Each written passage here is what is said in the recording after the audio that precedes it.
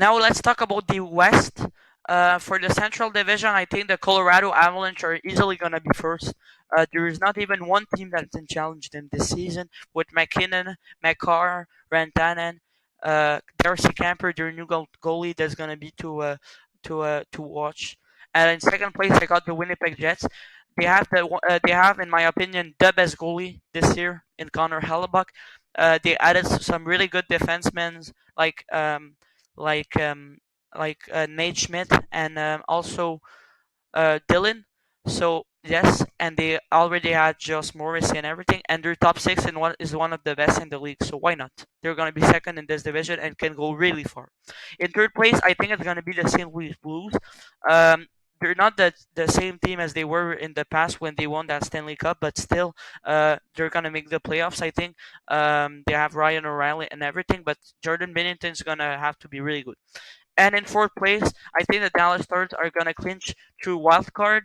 Um, I kind of like. I think Jake Huttinger who could have a big season in net, and then the defense. They have pretty good young defensemen with energy.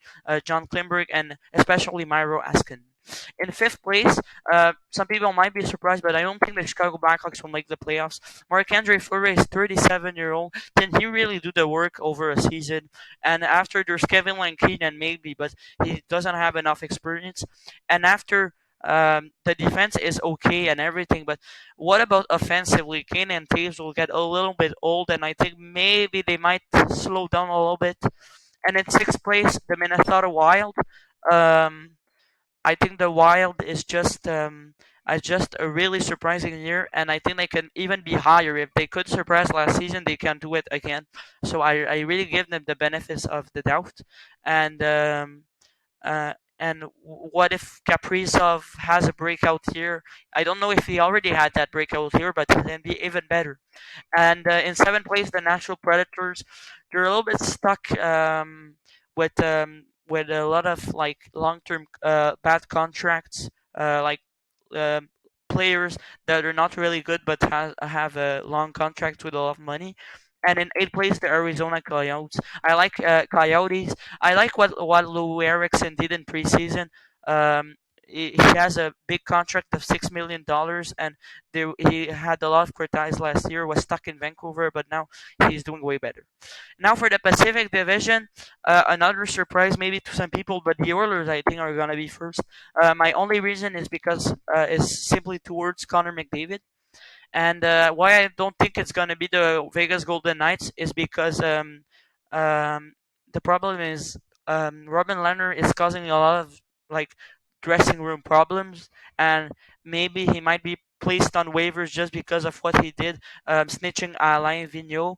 He said that he gave things that aren't allowed to some players, and but who knows? I don't know, but I think that when that situation gets solved, then Vegas is the best team in the league. And in third place, again, a lot of people I saw they put Kraken in last place, but no, I really don't think that they have a really good goalie tandem with Grubauer who just signed and Chris Dreiger, and it's gonna be a big first season for the Kraken. You're all going to see. Also, the defense is really good.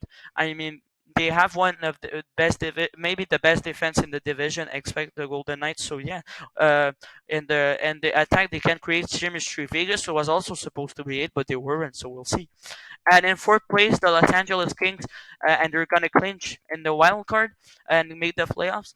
I just love what they did in the offseason, and I think that all the young players are gonna have breakout years, and they're one of these other teams that maybe wasn't good in the recent years, but will finally go there. I like Philippe Dano; he's an underrated player, and also Quinton Byfield maybe.